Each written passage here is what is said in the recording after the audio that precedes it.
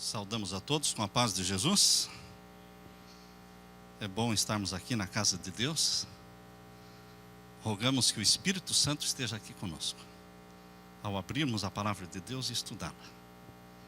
Que Deus recompense o seu esforço por estar aqui, e que você encontre aquilo que você veio buscar: paz, conforto, luz do céu, esperança, salvação. Tudo que de bom que você espera receber de Jesus, que você receba, em nome dele. Nós queremos orar mais uma vez. Vamos, assentados como estão, vamos orar. Pai Santo que estás nos céus, estamos na tua presença em busca de adoração, em busca de comunhão, de intimidade contigo. Queremos nos conhecer melhor. Queremos que o teu Santo Espírito nos venha revelar a tua palavra. Que fale a tua palavra, que fale a mensagem que o Espírito Santo inspirou os teus profetas a escreverem, e que o Senhor nos dê mente aberta, lúcida, para entender a tua vontade para nós, como povo teu, como povo escolhido, que está aguardando a volta de Jesus. Que os teus anjos estejam aqui conosco neste momento, e que o Espírito Santo aqui se manifeste. Pois é em nome de Jesus que pedimos e agradecemos. Amém, Senhor. Queridos, ontem nós tocamos um pouco no assunto sobre a verdade presente. Verdade presente é uma verdade que não poderia ser pregada há 50 anos atrás, ou não poderia ter sido entendida há muitos anos atrás, porque verdade presente ela é pregada e ela é entendida no momento certo. Nós estudamos também sobre a verdade presente, mencionando a escola sabatina, a lição da escola sabatina, quando o pastor Mark Finley disse que a verdade presente nos dias de Jesus era a verdade de que Jesus é o Messias. Essa era uma verdade presente para aquele tempo. E ele então menciona na mesma lição da escola sabatina que a verdade presente para os nossos dias é Apocalipse capítulo 14, versos 9 a 12. Para aqueles que querem ler, estão lá, as 3 mensagens angélicas. Pois bem, queridos, os 144 mil estão dentro das 3 mensagens angélicas. Você abrindo a Bíblia em Apocalipse 14, você vai encontrar aqui do capítulo 14, versos 1 até o verso 5, você vai encontrar aqui a menção dos 144 mil. Esta é uma verdade presente. Aqui diz no capítulo 14, versos 1 a 5. E olhei, e eis que estava o Cordeiro sobre o monte de Sião, e com ele 144 mil, que em suas testas tinham escrito o nome dele e o do seu pai. E ouvi uma voz do céu, como a voz de muitas águas, como a voz de um grande trovão. E ouvi uma voz de arpistas que tocavam com as suas harpas, e cantavam um como cântico novo diante do trono e diante dos 4 animais e dos anciãos, e ninguém podia aprender aquele cântico senão os 144 mil que foram comprados da terra. Estes são os que não estão contaminados com mulheres, porque são virgens. Estes são os que seguem o Cordeiro para onde quer que vai. Estes são os que dentre os homens foram comprados como primícias para Deus e para o Cordeiro. E na sua boca não se achou engano, porque são irrepreensíveis diante do trono de Deus. Dada esta introdução do capítulo 14, Deus está aqui mostrando um pelotão de elite. Um pelotão de elite espiritual. Este pelotão de elite espiritual na Bíblia é chamado de 144 mil. E não somente descreve o caráter, a qualidade de caráter dos 144 mil, como também o capítulo 14 dá o sermão escrito pelo dedo e pela mão de Jesus Cristo, inspirado pelo Espírito Santo ao profeta João. Aqui está o sermão que eles deveriam pregar no capítulo 14, verso 6 até o verso 13. Este é um sermão duro, um sermão que pode se chamar de uma linha divisória que divide a igreja verdadeira das igrejas outras. Então, queridos, quem são os 144 mil? vocês vão perceber que capítulo 13 fala de um poder satânico dominando o mundo. Capítulo 13 de Apocalipse fala de um poder que subiu do mar e de um poder que subiu da terra.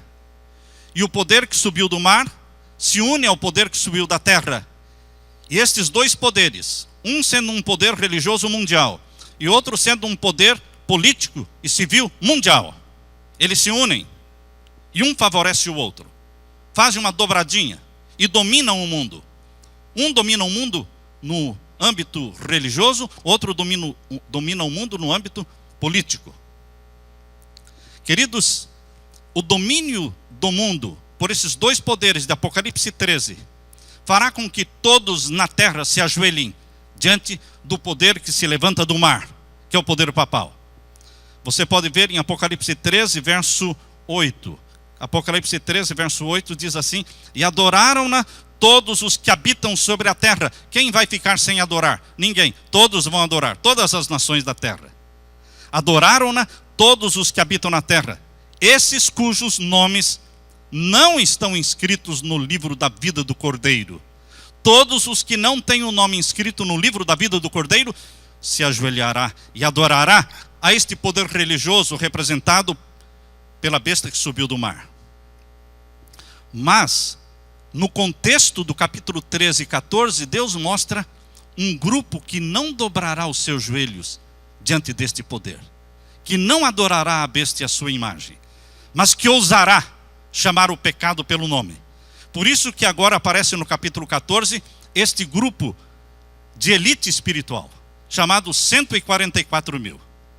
Quando Jesus Cristo iniciou a semeadura do Evangelho, Jesus Cristo usou 12 discípulos ungidos pelo Espírito Santo. E eles revolucionaram o mundo. Mas aquele tempo foi o tempo da semeadura. Agora é o tempo da colheita. E a colheita será uma colheita tão grande que a Bíblia diz que é uma multidão que ninguém podia contar. Agora, para a colheita, Deus usará não 12, mas 144 mil discípulos ungidos pelo Espírito Santo, que brilharão no mundo, que farão a atenção do mundo se voltar para a santa lei de Deus e para a fé salvadora em Jesus Cristo. Existe sim na terra um grupo que tem um nome inscrito no livro da vida e que não se ajoelhará diante deste poder do capítulo 13. Este é um grupo chamado os 144 mil. Quando surgiria o grupo 144 mil? Em que época da terra, na história humana, eles viveriam? Abra sua Bíblia agora no capítulo 6 de Apocalipse. Capítulo 6 de Apocalipse, nós estudamos ontem em algumas partes com vocês, a partir do verso 12. Capítulo 6 de Apocalipse, a partir do verso 12, diz aqui: e havendo aberto o sexto selo, e olhei, e eis que houve um grande tremor de terra, e o sol tornou-se negro como saco de cilício, e a lua tornou-se como sangue, e as estrelas do céu caíram sobre a terra como quando a figueira lança de si seus figos verdes abalada por um vento forte. E o céu retirou-se como um livro que se enrola, e todos os montes e ilhas foram removidos dos seus lugares. E os reis da terra, e os grandes, e os ricos, e os tribunos, e os poderosos, e todo servo e todo livre, se esconderam nas cavernas e nas rochas das montanhas, e diziam aos rochedos, aos montes e aos rochedos: caí sobre nós, e escondei-nos do rosto daquele que está sentado sobre o trono e da ira do Cordeiro, porque é vindo o grande dia da sua ira, e quem poderá subsistir? Quem poderá subsistir? Agora o capítulo 7 continua dentro do contexto do sexto selo. Lembrem-se que o capítulo 7, a Bíblia quando foi escrita, não foi escrita em capítulos, nem em versículos. Portanto, não tem essa separação aqui. Faz-se uma pergunta no verso 17, e agora Deus responde a pergunta que Ele mesmo fez. Deus pergunta e Deus responde. Quem poderá subsistir diante do Cordeiro? Existe um grupo que vai subsistir. E este grupo aqui no capítulo 7 é chamado de 144 mil. Vamos ler então o capítulo 7, verso 1, tendo em mente que estamos falando do contexto do sexto selo. Capítulo 7, verso 1. E depois destas coisas, vi quatro anjos que estavam sobre os quatro cantos da terra, retendo os quatro ventos da terra, para que nenhum vento soprasse sobre a terra, nem sobre o mar, nem contra árvore alguma. E vi outro anjo subir da banda do sol nascente, que tinha o selo do Deus vivo. O selo do Deus vivo, essa frase, esta expressão, aparece no contexto do sexto selo. Não aparece no contexto do primeiro, do segundo, do terceiro, do quarto, quinto. Mas entra em cena no contexto do sexto selo. O selo do Deus vivo, o selamento do povo de Deus. E entra em cena no contexto do sexto selo o grupo chamado os 144 mil. Então nós sabemos quando este grupo viveria na terra. Eles viveriam no contexto do sexto selo. Eles viveriam no contexto do selamento do povo de Deus. Eles viveriam no tempo do decreto dominical, que é o período quando o povo de Deus será selado pelo selo do Deus vivo e os ímpios selados pelo sinal da besta. É o período do alto clamor, sai dela, povo meu. É o período da conversão de uma grande multidão. É o período em que a porta da graça vai se fechar. Este é o contexto do sexto selo, que vai se estendendo até a abertura do sétimo selo. Queridos, é um contexto escatológico. É um período especial em que estaria vivendo na terra um povo íntegro, em cuja boca não existe engano, e que não bebe do vinho de Babilônia, e que ousa falar a verdade, e que ousa pregar as mensagens dos 3 anjos. Tudo isso no contexto do sexto selo. E então diz aqui o capítulo 7, verso 3. Vamos ler o verso 2 e 3. E vi outro anjo subir da banda do sol nascente, que tinha o selo do Deus vivo. E clamou com grande voz aos 4 anjos a quem fora dado o poder de danificar a terra e o mar, dizendo: não danifiqueis a terra, nem o mar, nem as árvores, até que hajamos assinalado nas suas testas os servos do nosso Deus.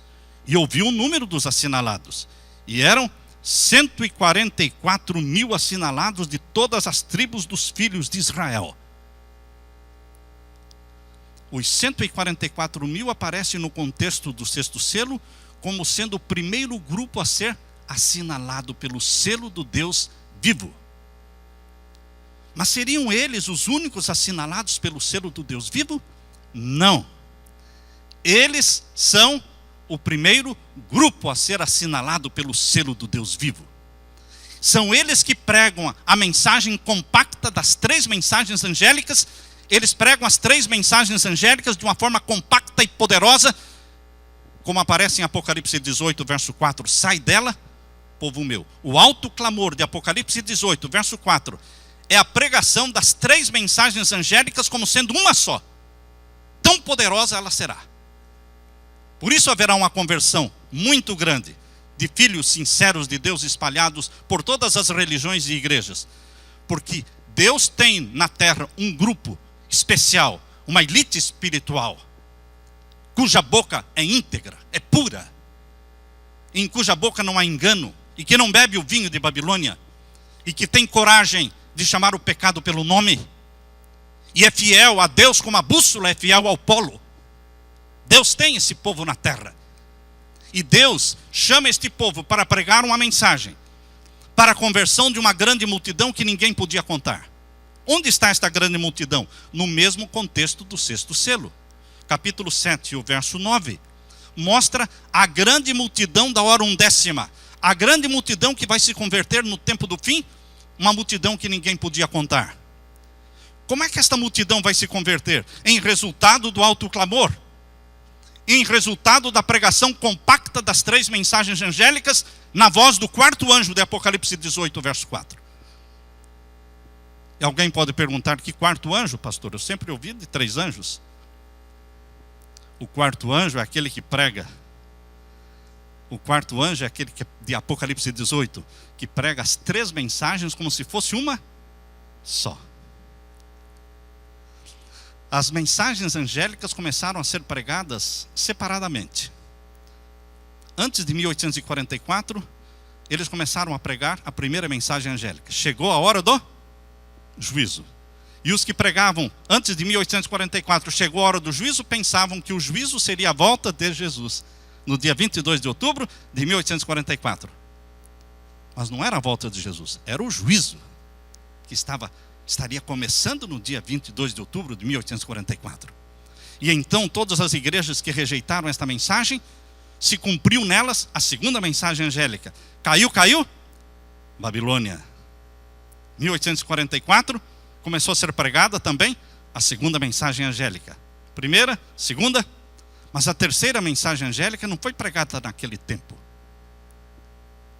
Ela foi reservada para o tempo do fim. Porque faz diferença entre o selo do Deus vivo e o sinal da besta. Agora, no contexto do sexto selo, Deus quer que essas três mensagens sejam pregadas de uma forma compacta. Chegou a hora do juízo? Que juízo?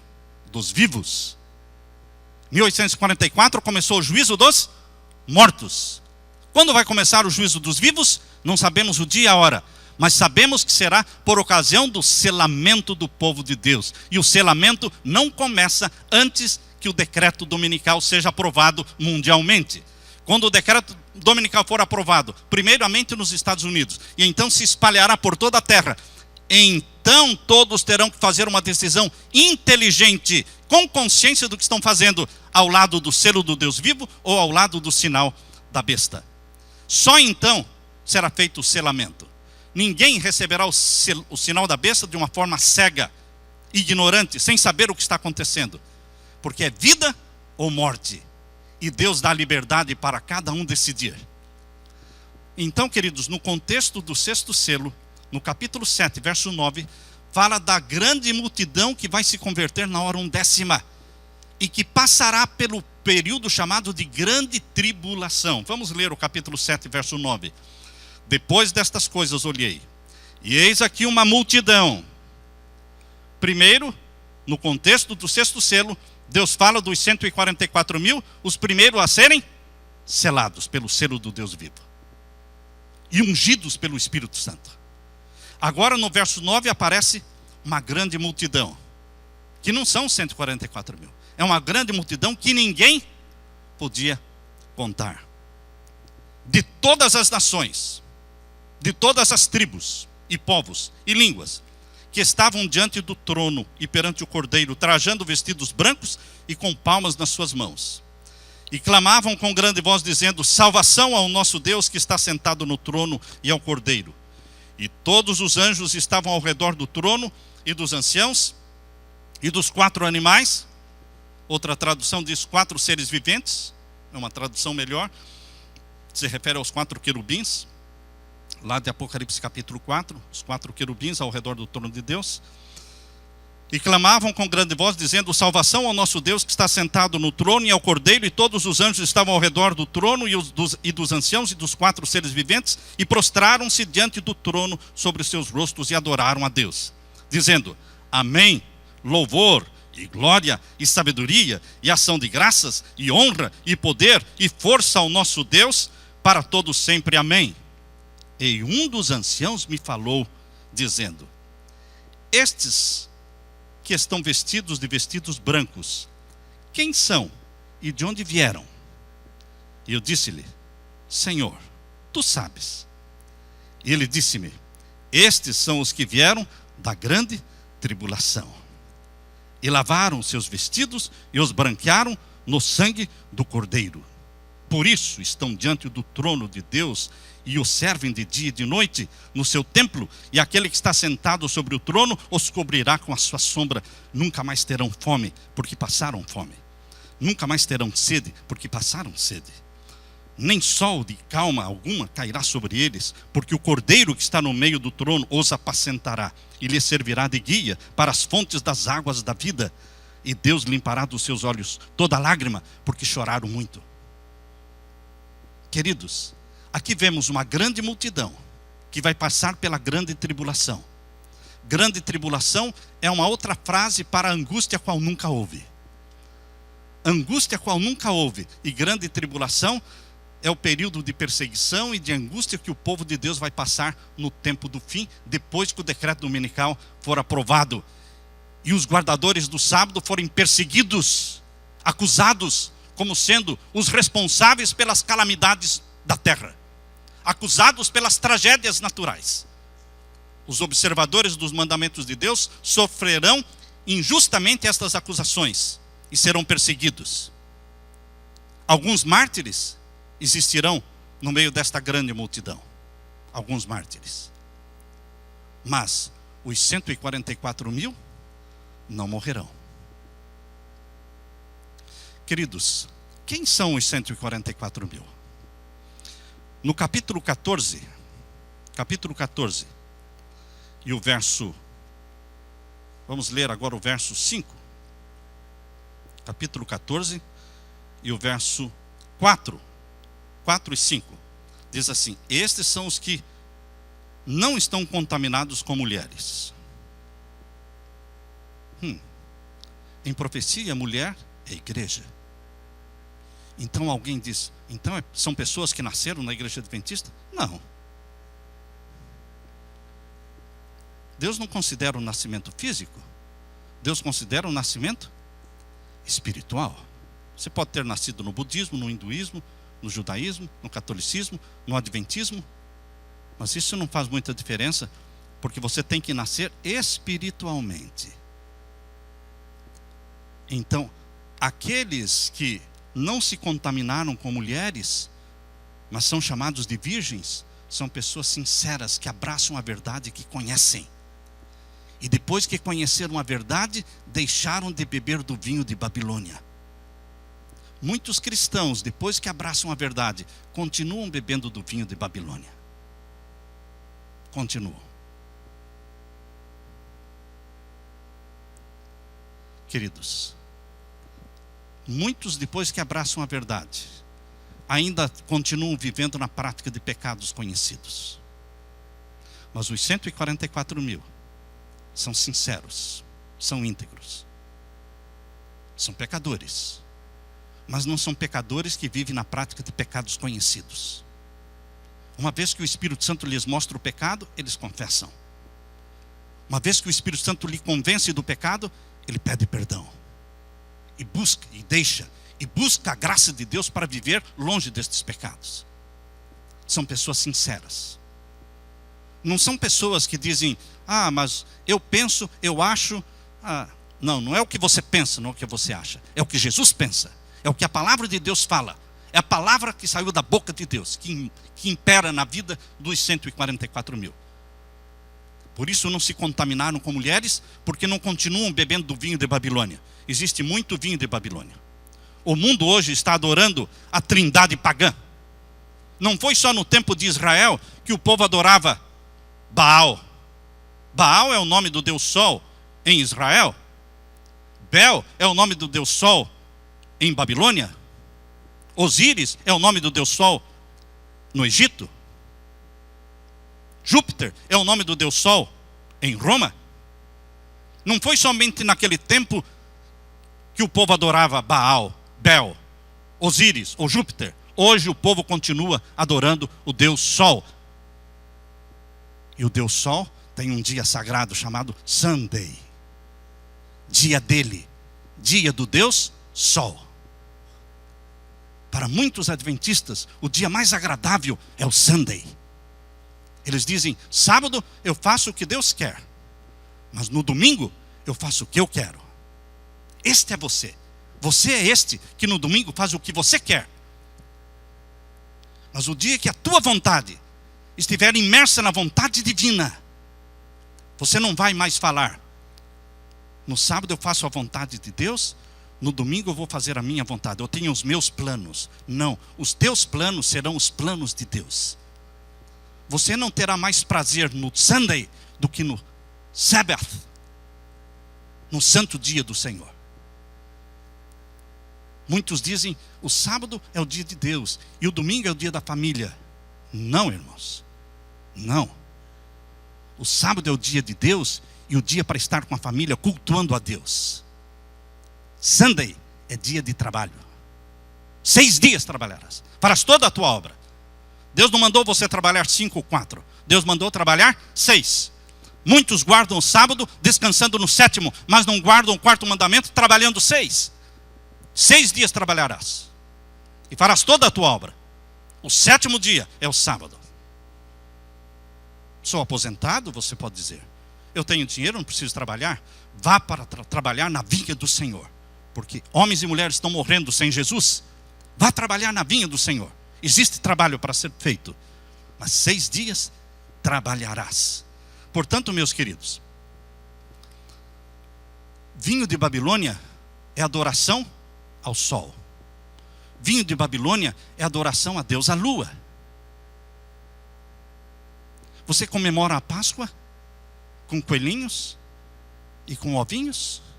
Isso é adoração da deusa lua, Ishtar. Ishtar. Foi Constantino, o imperador romano, que estabeleceu o dia do sol no dia 7 de março de 321. Foi o mesmo Constantino que no ano 325, no concílio de Nicéia, estabeleceu a adoração a deusa Ishtar, de Babilônia. E a data em que o mundo todo comemora a Páscoa hoje é a data de adoração a Ishtar, a deusa da fertilidade. Mas está faltando da trindade pagã, está faltando um, que é o filho do sol. O filho de Bel com Ishtar. O filho de Nimrod com Semíramis. O nome dele está na Bíblia. Ezequiel capítulo 8, chama-se Tamuz. E o mundo hoje está adorando também o filho do sol, Tamuz. Abra sua Bíblia em Ezequiel capítulo 8. Ezequiel capítulo 8. Aqui lemos: nos dias de Israel, o povo de Deus, afastado de Deus, mergulhado na apostasia, estava adorando Baal, estava adorando Astarote, que é a Ishtar, estava adorando também Tamuz. E a prova está em Ezequiel capítulo 8, verso 13 em diante, diz assim: Ezequiel capítulo 8, verso 13 em diante: disse-me, tornarás a ver ainda maiores abominações do que as que estes fazem. E levou-me à entrada da porta da casa do Senhor, que está da banda do norte, e eis que estavam ali mulheres assentadas chorando por Tamuz. Os achados arqueológicos de Babilônia mostram. A ciência arqueológica é uma ciência que comprova a Bíblia. E os achados arqueológicos de Babilônia mostram que Tamuz era filho do Deus Sol, nascido no dia 25 de dezembro. E que o povo de Deus, afastado de Deus, já o adorava naquele tempo. E aqui diz, as mulheres estavam sentadas chorando por Tamuz. E o verso 15, e disse-me, viste, filho do homem, verás ainda abominações maiores do que estas. E levou-me então para o átrio interior da casa do Senhor, e eis que estavam à entrada do templo do Senhor, entre o pórtico e o altar, cerca de 25 homens, de costas para o templo. O templo era construído no sentido leste-oeste. A entrada do templo estava para leste, nascimento do sol, e o fundo do templo estava para o sentido oeste. Toda pessoa que entrasse no templo do Senhor para adorar o Senhor da Bíblia, Criador dos céus e da terra, tinha que dar costas para o sol. Até hoje eu tenho problemas, porque quando eu me ajoelho no meu quarto, eu fico assim: onde é que está o leste? Sinceramente, irmãos, conscientemente, eu não tenho coragem de me ajoelhar em direção ao leste. Posso fazê-lo por ignorância, sem saber. Mas quando eu tenho consciência do norte, sul, leste, oeste, eu sempre dou as costas, dentro do mesmo quarto, para o leste. Porque o povo de Deus adora a Deus voltado para o oeste. Tendo certeza de que está desprezando o vinho de Babilônia. O vinho de Babilônia tem que ser desprezado. Nós não precisamos ter nenhum elo de ligação entre nós e o vinho de Babilônia. Porque o povo de Deus, os 144 mil, eles não são ligados às igrejas babilônicas, mãe, filhas doutrinas falsas, são puros. E aqui diz o verso 16: levou-me para o átrio interior da casa do Senhor, e eis que estava a entrada do templo do Senhor entre o pórtico e o altar, cerca de 25 homens, de costas para o templo. Eles estavam dentro do templo, mas de costas para o templo, de costas para o oeste, e curvados diante do leste, costas para o templo do Senhor, e com os rostos para o nascente do sol, oriente. E eles adoravam o sol, Tamuz. É o mesmo Tamuz do verso 14. O sol virado para o oriente. E então disse o verso 17: então me disse, viste, filho do homem, há coisa mais leviana para a casa de Judá? Tem coisa mais feia? Tem coisa mais abominável para mim? Ver dentro do meu templo o povo ajoelhado de costas para mim, e de frente para o leste adorando o sol? Hoje, meu querido irmão, o mundo continua adorando Bel, Ishtar e Tamuz. Porque Sunday representa o Bel. A Páscoa, não a Páscoa bíblica, mas a Páscoa que o mundo comemora, representa Ishtar. E o Natal representa Tamuz. Quem ousa falar essas coisas?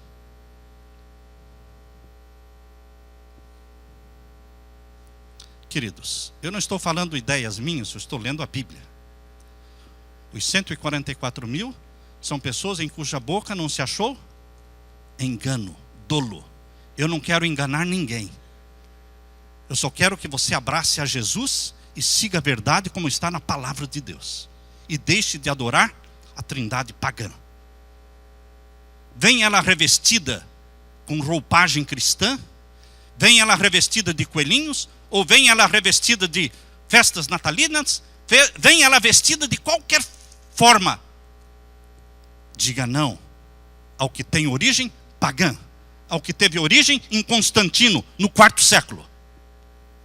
Foi no ano 330. Se você for ao Comentário Bíblico Adventista, você vai encontrar tudo o que eu estou falando. O Comentário Bíblico Adventista fala do ano 321, 325, e fala no ano 330 a 335, Constantino instituiu 25 de dezembro como sendo o aniversário de Jesus, e a igreja de Roma aceitou e passou para todas as igrejas cristãs. E hoje todo mundo aceita. Todo mundo não. Existe um grupo de elite espiritual chamado por Deus para não se curvar diante de Babilônia e não beber o vinho de Babilônia. Queridos, a Bíblia diz em Apocalipse 14. Agora nós vamos iniciar um estudo bíblico. Agora nós vamos começar um estudo bíblico. Esta foi uma introdução. Capítulo 14, verso 4, diz assim. Capítulo 14, verso 4. Só estou lendo a Bíblia. Diz na última linha do verso 4, que os 144 mil foram comprados de onde? Da terra. Comprados da terra. Seguem o cordeiro por onde vai. Comprados como primícias para Deus. Eu poderia explicar para vocês o que são primícias, mas vamos deixar que a Bíblia explique o que são primícias. Abra sua Bíblia em Levíticos capítulo 23. Levíticos capítulo 23. Vamos ver o que a Bíblia explica sobre as primícias. Vocês sabem que no Israel antigo, do Antigo Testamento, existiam 7 festas. A primeira festa era a Páscoa, bíblica, diferente da Páscoa moderna. A segunda festa era a festa dos pães asmos. E a terceira festa era a festa das primícias. Portanto, primícias, elas são uma festa dentro do santuário terrestre, representando que ela também é uma festa dentro do santuário celestial. Porque as festas do santuário terrestre, elas correspondem a eventos proféticos que seriam realizados por Jesus no Novo Testamento. No verdadeiro tabernáculo que o Senhor construiu, que é o tabernáculo celestial. E aqui diz no capítulo 23 de Levíticos, verso 9 em diante, as primícias. E falou o Senhor a Moisés dizendo: Fala aos filhos de Israel e dize-lhes: quando houverdes entrado na terra que vos hei de dar, e cegardes a sua cega, quando fizerdes a vossa colheita, cegardes a sua cega, traduzindo seria o quê? Quando vocês fizerem a colheita. Então trareis um molho das primícias da vossa cega ao sacerdote. Eles não traziam a colheita toda, não seria possível? Mas eles traziam um molho, o melhor, o mais bonito, o de melhor qualidade, de toda a seara. Eles escolhiam para fazer parte do molho das primícias. Isto mesmo. E aqui o verso 11 diz: e ele moverá o molho perante o Senhor para que sejais aceitos. Ao seguinte dia do sábado o moverá o sacerdote. E aqui diz, queridos, verso 21: e naquele mesmo dia pregoareis que tereis santa convocação, nenhuma obra servil fareis. Estatuto perpétuo é todas as vossas habitações. A festa das primícias representava um molho movido, colhido,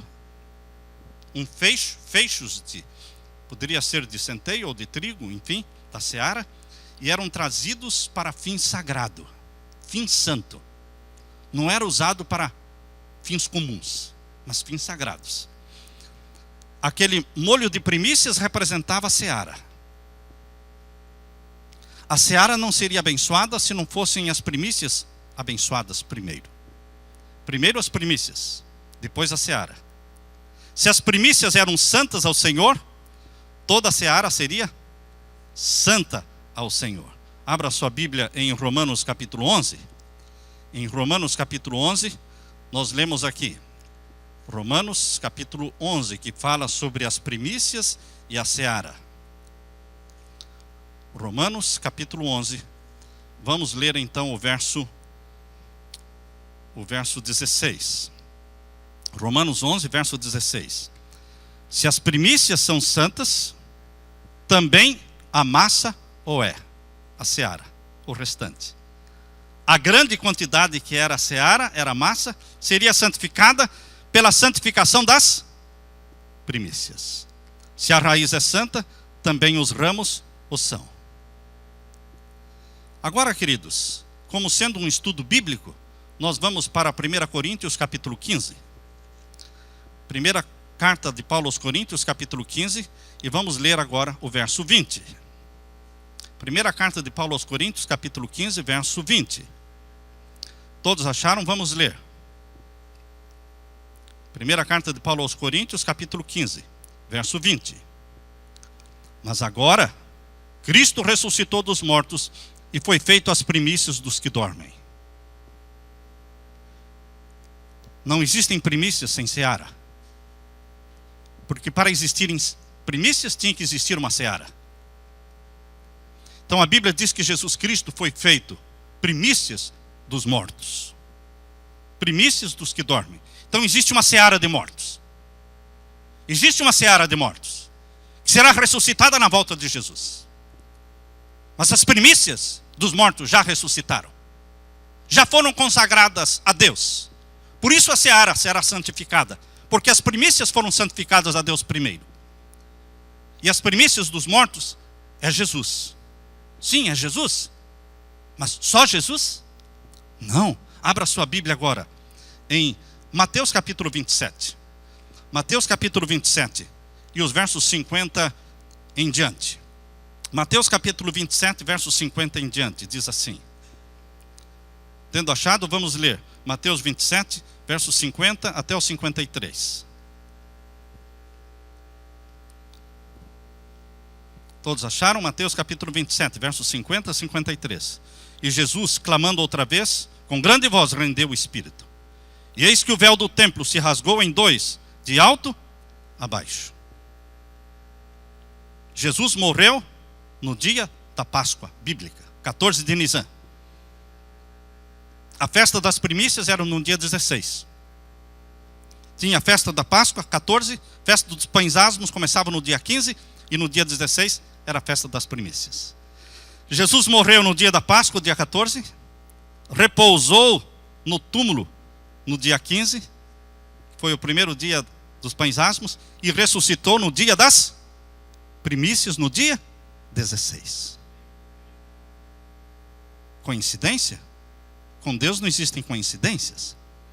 Existe a seara de mortos, existe as primícias dos mortos. A seara dos mortos está morta, esperando a volta de Jesus. Mas as primícias dos mortos não está morta, está no céu. Como? Diz aqui o verso 52. Verso 51.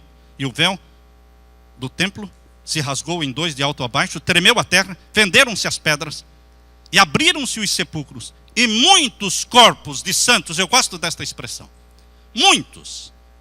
Quando a Bíblia fala muitos, são muitos. 1.000, 2.000, 5.000, 10.000? Não sei quantos, irmãos. Eu não sei quantos. Mas eu quero crer que seja uma multidão grande de corpos de santos que ressuscitaram com Jesus, glorificados, e entraram na cidade santa e apareceram para muitos. Por isso o evangelho de nosso Senhor Jesus Cristo pegou fogo. Por isso o cristianismo explodiu no primeiro século, invadindo os países, convertendo 3.000 num dia, 5.000 no outro dia, e foi explodindo, porque era muito forte a evidência, porque Jesus não ressuscitou sozinho, uma multidão ressuscitou com ele, de seres não feios como nós, calvos, carecas, enrugados, mas ressuscitaram glorificados, chamaram a atenção. Gente bonita chama atenção, meu irmão. Feia também. Eles entraram na cidade santa e foram um testemunho. As pessoas ficavam assim. Eles disseram, estão olhando para nós, nós ressuscitamos com ele. Vocês estão boquiabertos? Nós ressuscitamos com ele. Nós somos seres glorificados. Seres glorificados aparecem e desaparecem. Como Jesus na ressurreição. Conversava e sumia. Aparecia, desaparecia. Seres glorificados não estão mais sujeitos a paredes, a velocidade. Não, são seres glorificados. São corpos humanos espirituais. São corpos humanos glorificados. Como aquele que Adão tinha antes do pecado. Revestidos com uma vestimenta de glória e de luz. E queridos, eles apareceram para muitos. E para onde foram? No dia 16 era o dia do molho das primícias ser consagrado a quem? A Deus. Mas Jesus subiu ao céu no dia 16? Sim. Sim. Jesus subiu ao céu dia 16. Como, pastor? A Bíblia diz, Jesus falou para Maria, não me toques, porque ainda não subiu ao Pai. Mas logo depois, ele estava com os discípulos na estrada de Emaús. Logo depois, no mesmo dia, apareceu para os discípulos fechados dentro de uma sala. João capítulo 20, dizendo, paz seja convosco. 8 dias depois, ele falou para Tomé, tu não crês, Tomé? Tu não crês? Toca em mim. Ora, mas ele tinha dito para Maria, não toques, porque ainda não subiu ao Pai. E agora ele mesmo diz para Tomé, toca em mim. E Tomé, humilhado, caiu-se, ajoelhado aos pés de Jesus, dizendo, Senhor meu e Deus meu. Ele já tinha ido ao céu e tinha voltado. Que velocidade? Do pensamento. Seres glorificados têm a velocidade de um anjo. Pensou, foi. Pensou no céu, está no céu. Pensou na terra, está na terra. Quanto tempo, irmãos? Queridos, a nossa mente não alcança isso. Mas são seres glorificados. E vocês acham que quando Jesus compareceu ao Pai, por que ele disse, eu tenho que subir ao Pai? No dia 16, ou seja, no dia em que ele ressuscitou. Por que ele disse, eu tenho que aparecer ao Pai? Porque o molho das primícias tem que ser consagrado ao meu Pai no dia 16. É o dia das primícias. É uma festa que está sendo feita há mais de 1000 anos. Páscoa está sendo comemorada há mais de 1000 anos, desde o Egito. E as primícias também. E agora eu tenho que apresentar ao Pai o molho das primícias. Que molho das primícias? A multidão que ressuscitou com ele, glorificada. Ele subiu ao céu. E agora eu quero ler para vocês o que está no desejado de todas as nações. Peço licença para vocês, para lerem e meditarem nesse texto que está no livro Desejado de Todas as Nações. Está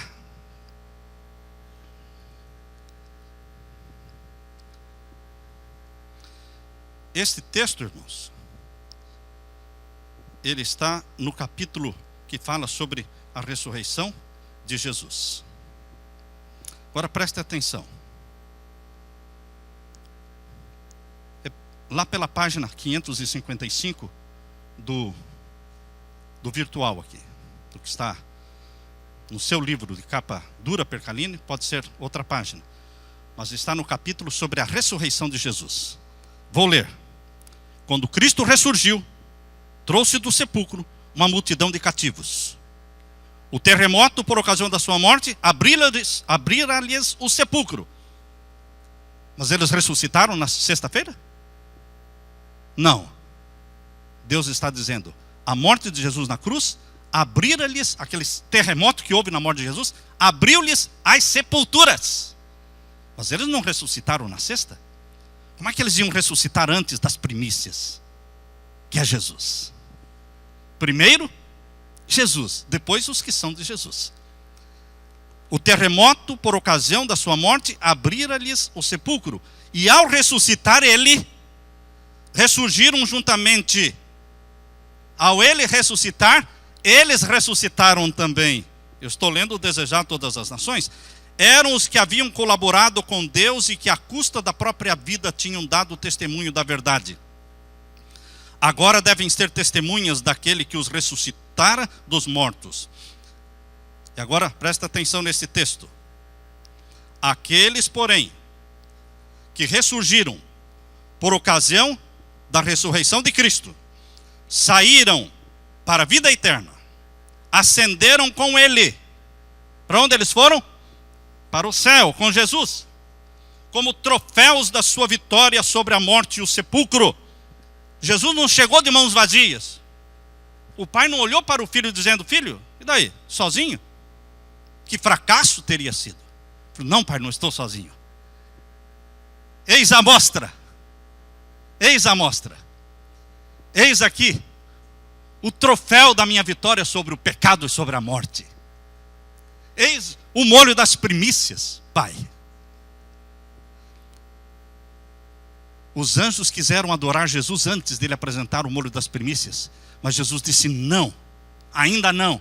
Deixa eu entrar ao Pai primeiro. E apresentar ao Pai o troféu da minha vitória sobre a morte e sobre o pecado. Ascenderam com ele, diz aqui, como troféus da sua vitória sobre a morte e o sepulcro. Estes, disse Jesus, Cristo, não mais são cativos de Satanás. Eu os redimi, trouxe-os da sepultura como as primícias do meu poder. Estou lendo o Desejar Todas as Nações. Para estarem comigo, onde eu estiver, para nunca mais verem a morte, nem experimentarem a dor. Página 555, parágrafo 5.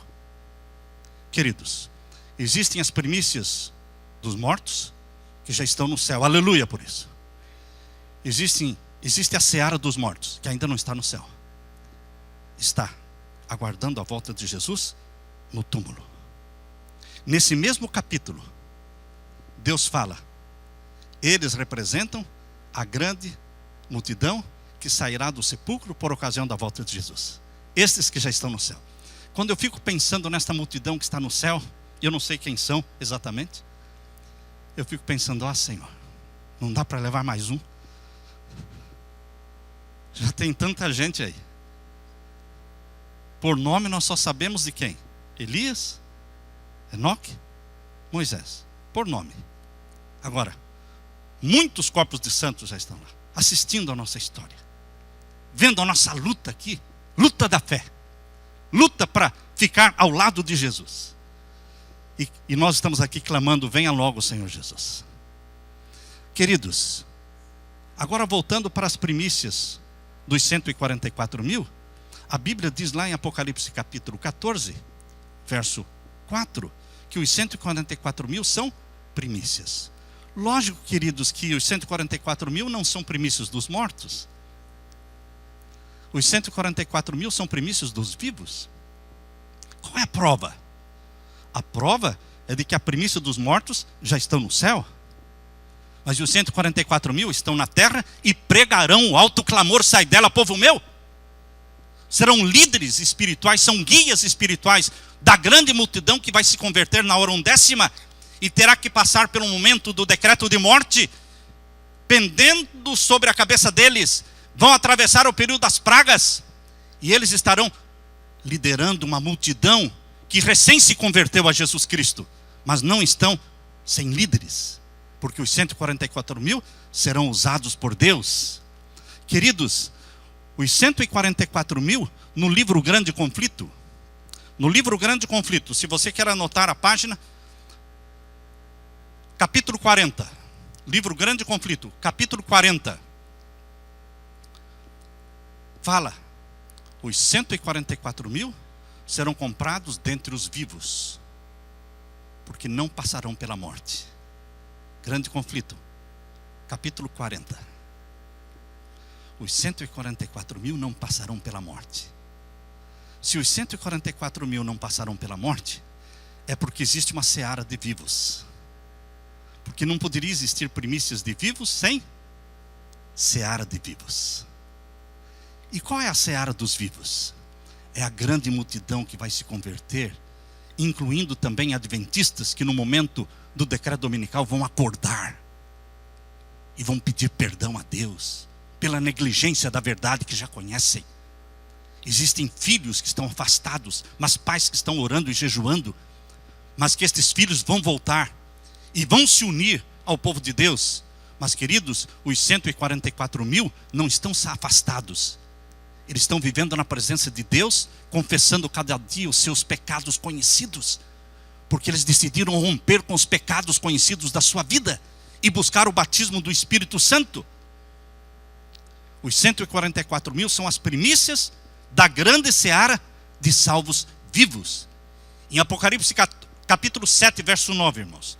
Apocalipse capítulo 7, verso 9. Diz que esta grande multidão, capítulo 7, verso 9. Depois destas coisas, olhei, e eis aqui uma multidão a qual ninguém podia contar, de todas as nações da terra.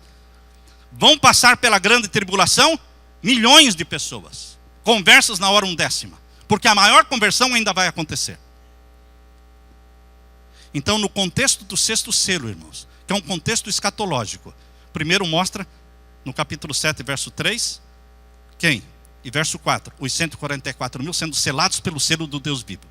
E no contexto do sexto selo, aparece a grande seara de salvos vivos no verso 9, que ninguém podia contar.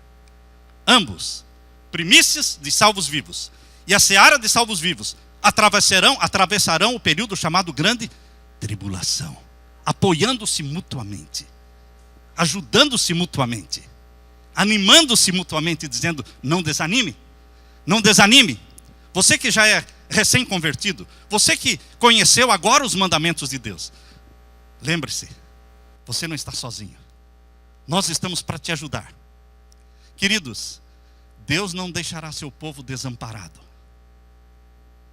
É este povo que Jesus virá buscar. As primícias dos vivos e a seara dos vivos. Deus está chamando você para fazer parte das primícias. Eu vou ficar muito triste se você disser: pastor, eu não desejo tanta coisa. Para mim, se eu puder ser da seara, já está bom.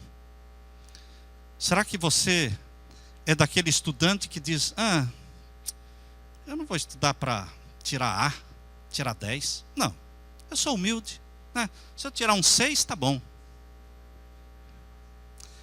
Melhor, o importante é passar. Não, irmãos, o importante não é passar. O importante não é não viver em pecado conhecido.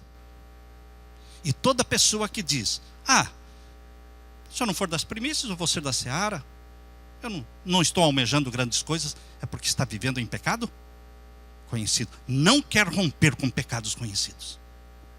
Toda pessoa que estuda para tirar 6, ele acaba reprovando.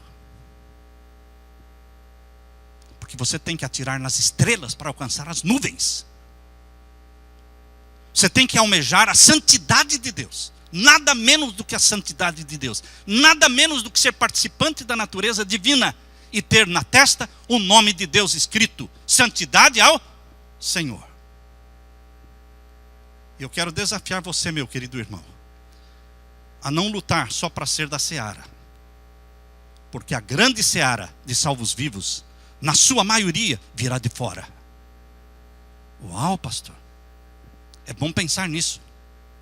A grande seara de salvos vivos é composta de gente sincera de coração, que vivia a pequena luz que tinha. A grande seara de salvos vivos não será composta por pessoas mornas, que viveram na prática de pecados e não se arrependeram, e na última hora vão querer se arrepender. Não, queridos. Deus tem uma grande multidão de pessoas sinceras em todas as igrejas e religiões. Pessoas sinceras que ainda não vieram para a igreja remanescente, porque ela não está preparada para recebê-los. Se viessem, seriam decepcionados e escandalizados. Então Deus está esperando a sacudidura para que peneire, essa igreja seja peneirada e os mornos caiam fora, para que Deus traga o trigo espalhado por todas as igrejas, para que haja um só rebanho e um só pastor, e eles não se escandalizem. É a igreja que tem que se preparar para receber esse povo. Não é falta desse povo, é falta nossa. Por isso, como igreja que conhece a verdade, que outros não conhecem, que a mensagem dos 3 anjos nos foi dada para ser pregada, nós devemos nos consagrar e pregar esta mensagem, preparando um lugar onde esta grande multidão possa se reunir, para serem irmãos nossos. Não são só os adventistas que vão para o céu, não. A maioria dos salvos ainda está fora. Ainda está fora. E nós temos que nos consagrar a Deus. A única coisa que nos impede de fazer parte dos 144 mil é uma vida dupla. Uma vida dupla. Uma vida que durante a semana é vivida num corre-corre, atrás do dinheiro, atrás das contas, sem tempo para Deus, sem tempo para testemunhar, e que se lembra só no sábado, e às vezes só no sábado de manhã, porque sexta-noite ainda está correndo atrás de alguma coisa. Deus quer um povo sincero, que tenha coragem para pregar uma mensagem sincera, e difícil de ser pregada. E Deus está chamando você. E você não precisa se assustar, porque o Espírito Santo dá o poder. O Espírito Santo dá convicções. O Espírito Santo mexe com a nossa vida. O Espírito Santo nos convence do pecado. O Espírito Santo nos dá o arrependimento. O Espírito Santo transforma. O Espírito Santo grava o caráter de Jesus em nós. O Espírito Santo coloca a mente de Jesus no HD nosso, aqui. É obra do Espírito Santo. Eu só tenho que clamar e pedir e querer. Porque Deus vai nos dar segundo a intensidade do nosso desejo. Quanto maior for o desejo, maior o derramamento do Espírito Santo na sua vida. É independente dos outros. Isso é individual. Cada um buscando com tremor e temor a sua salvação, a sua santificação. Eu quero orar com aqueles que querem se consagrar a Deus hoje. E no seu coração falar: Senhor, para mim basta pecar. Eu não quero mais continuar naquele pecado, naquele outro pecado. Só você sabe quais são. Eu quero dedicar a minha vida ao Senhor. Eu quero ser santo ao Senhor. Se você tem esse desejo, meu querido irmão, se ajoelhe comigo neste momento e vamos orar e nos consagrar ao nosso Deus, ao nosso Pai.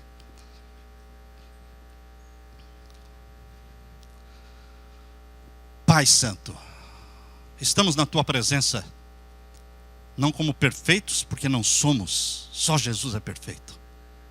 Somos frágeis, mas estamos colocando a nossa vontade ao lado de Jesus, dando-Te autoridade, Pai, para agir na nossa vida, para nos convencer dos pecados acariciados e ajudar-nos a romper com estes pecados e escrever na nossa fronte santidade ao Senhor. Vamos continuar vivendo na terra ainda, Senhor, mas nós queremos ter só os pés na terra. Nós queremos ter a cabeça, a mente, o sonho no céu. É para lá que estamos indo. Derrama o Espírito Santo sobre nós. Aceita a entrega do Teu povo. Tem misericórdia de nós. E querido Jesus, por favor, volte logo. Pois é em nome de Jesus que pedimos. Amém, Senhor. Amém, Senhor.